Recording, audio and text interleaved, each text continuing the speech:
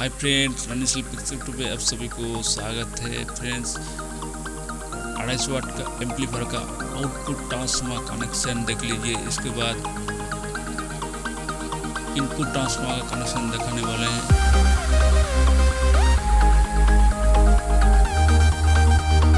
मैंने चैनल का अगर सब्सक्राइब नहीं किया तो जल्दी सब्सक्राइब कर लीजिए ऐसी वीडियो पाने के लिए।